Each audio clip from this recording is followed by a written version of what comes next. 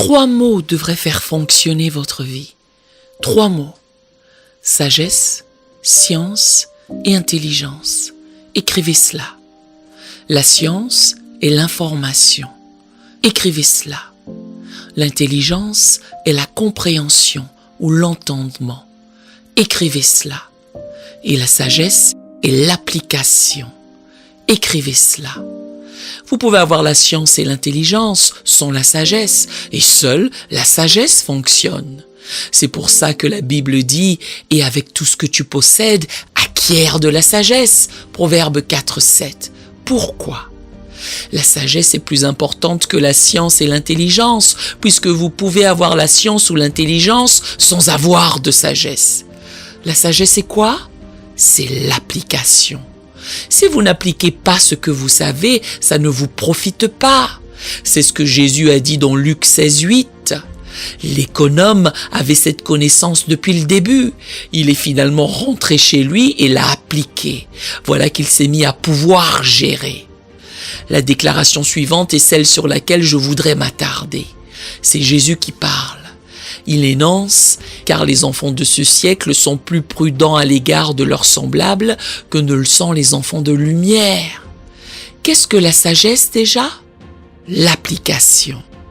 Il verbalise. Vous avez l'information et l'intelligence. Eux ont l'application. Vous en parlez, ils le font. Vous prophétisez, ils profitent. Quelque chose ne va pas avec ça. Vous priez, ils travaillent. Jésus se lamente. Le monde est plus sage que mon propre peuple. Le monde applique ce que j'ai enseigné à mon peuple. Il se lève à 6 heures du matin, vous vous levez à 9 heures moins le quart pour vous précipiter au travail. Il quitte le bureau à 23 heures, vous voulez rentrer chez vous pour regarder des films. Du coup, je leur donne la richesse. Ils sont prêts à la gérer. Moi, je n'ai pas d'heure de travail. C'est la raison pour laquelle je suis sans dette. Je m'enrichis pendant que vous dormez, vu que vous êtes peut-être un peu paresseux. La Bible dit un peu de sommeil, un peu d'assoupissement, un peu croiser les mains pour dormir, et la pauvreté te surprendra comme un rôdeur, et la disette comme un homme en armes. Écoutez. Si vous avez des horaires de travail classiques, vous êtes pauvre, puisqu'un salaire est une estimation de votre valeur par quelqu'un.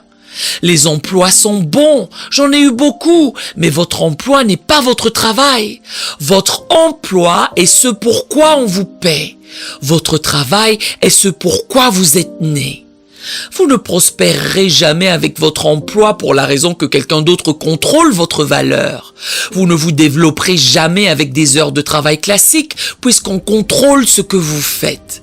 Le seul moment qui vous appartient est après 17 heures. C'est là qu'il vous faut vous développer pour devenir riche pendant votre temps libre. M'écoutez-vous. De 9h à 5h, vous êtes employé. De 17h à minuit, vous êtes déployé. Et si vous vous déployez un jour, vous ne serez jamais au chômage. Il faut travailler davantage après 17h pour se déployer. C'est ça, la gestion. Lorsqu'on vous encourage à acheter ces livres et que vous ne le faites pas, je vais vous dire pourquoi vous refusez de le faire. Parce que vous ne voulez pas lire. Cela requiert trop de discipline pour éteindre cette télé. Cette télé est votre pauvreté. Pourquoi ne pas transformer 2022 ? Il vous reste un peu de temps.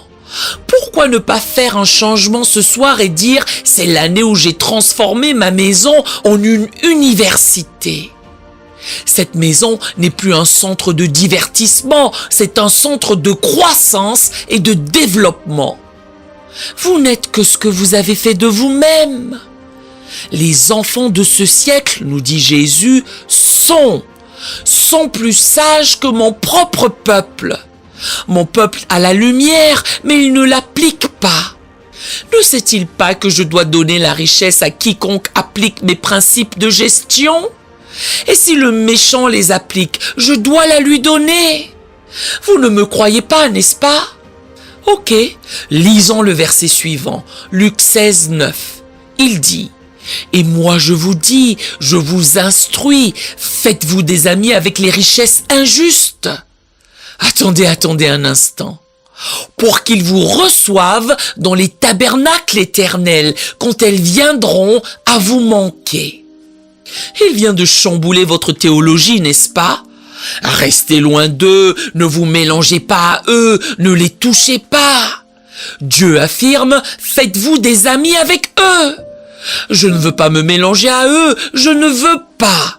Il atteste, écoute, fais-en tes amis. Pourquoi? Parce qu'ils ont ton argent. Découvre ce qu'ils font et on fait pour l'avoir. Alors là, je ne le ferai pas, je suis saint. Oui, saintement fauché, ouais. Lisez la Bible. Il dit bien, faites-vous des amis d'eux et servez-vous de la richesse du monde pour vous faire des amis.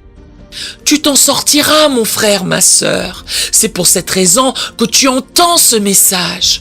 Change ta façon de penser. Si quelqu'un dans ta ville connaît la réussite, ne sois pas jaloux. Prends un rendez-vous. Cet enseignement que je te donne va à l'encontre de tous tes enseignements pentecôtistes. On t'a dit de ne pas te mélanger, mais Dieu te dit de le faire. Ces gens font quelque chose que nous devons apprendre. Que font-ils? Jésus nous le révèle dans la déclaration qui suit. Pour qu'ils vous reçoivent dans les tabernacles éternels quand elles viendront à vous manquer.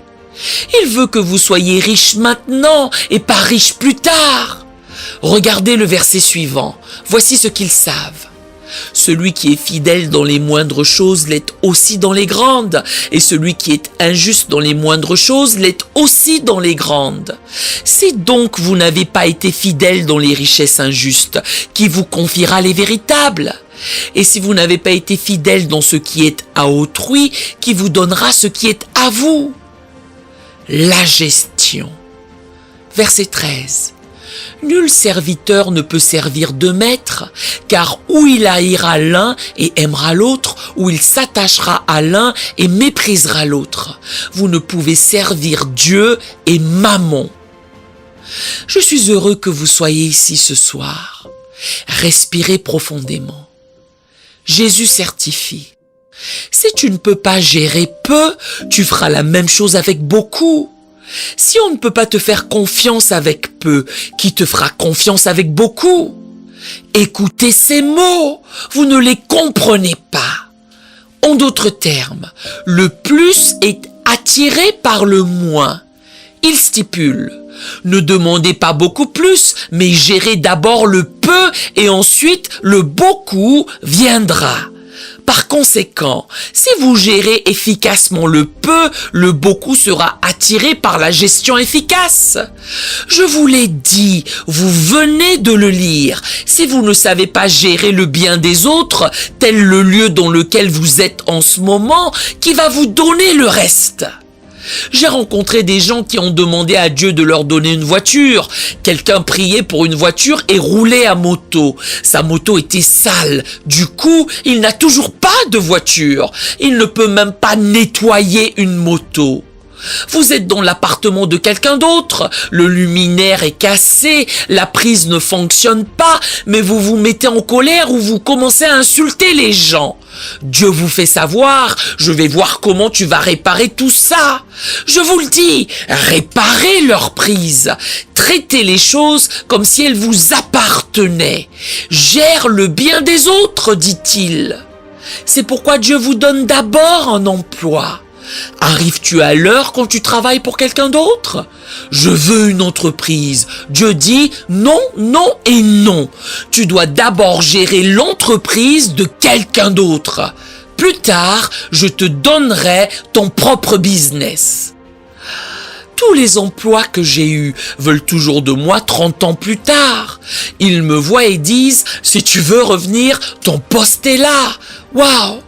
Tu es toujours notre meilleur travailleur depuis 1975. Nous nous souvenons encore de toi. Tu n'as jamais perdu de temps. Tu n'as jamais lu ta Bible au travail. Et tu as toujours été à l'heure. Tu faisais des heures sup, mais tu n'as jamais demandé à être surpayé. On aimerait encore te récupérer. Nous avons besoin de plus de gens comme toi, disent-ils. Tu as géré peu, voilà qu'on t'a confié beaucoup. Nous aimerions vous donner l'opportunité de faire de Jésus le Seigneur de votre vie. Voulez-vous bien prier avec moi? Dites: Seigneur Jésus, je me repens de mes péchés. Viens dans mon cœur. Je fais de toi mon Seigneur et Sauveur. Et merci Seigneur pour le baptême du Saint-Esprit en moi. Dans le nom de Jésus. Par cette simple prière, nous croyons que vous êtes nés de nouveau. Allez dans une bonne église qui est basée sur la Bible. Donnez à Dieu la première place. Nous espérons de tout cœur que ce message vous encouragera. Si vous connaissez quelqu'un qui puisse être encouragé, s'il vous plaît, envoyez-le lui. Édifions le corps de Christ ensemble. Nous publions un nouveau message chaque lundi et un message court chaque jeudi. Appuyez sur la cloche des notifications pour vous le rappeler. Merci infiniment de nous soutenir en vous abonnant à notre chaîne.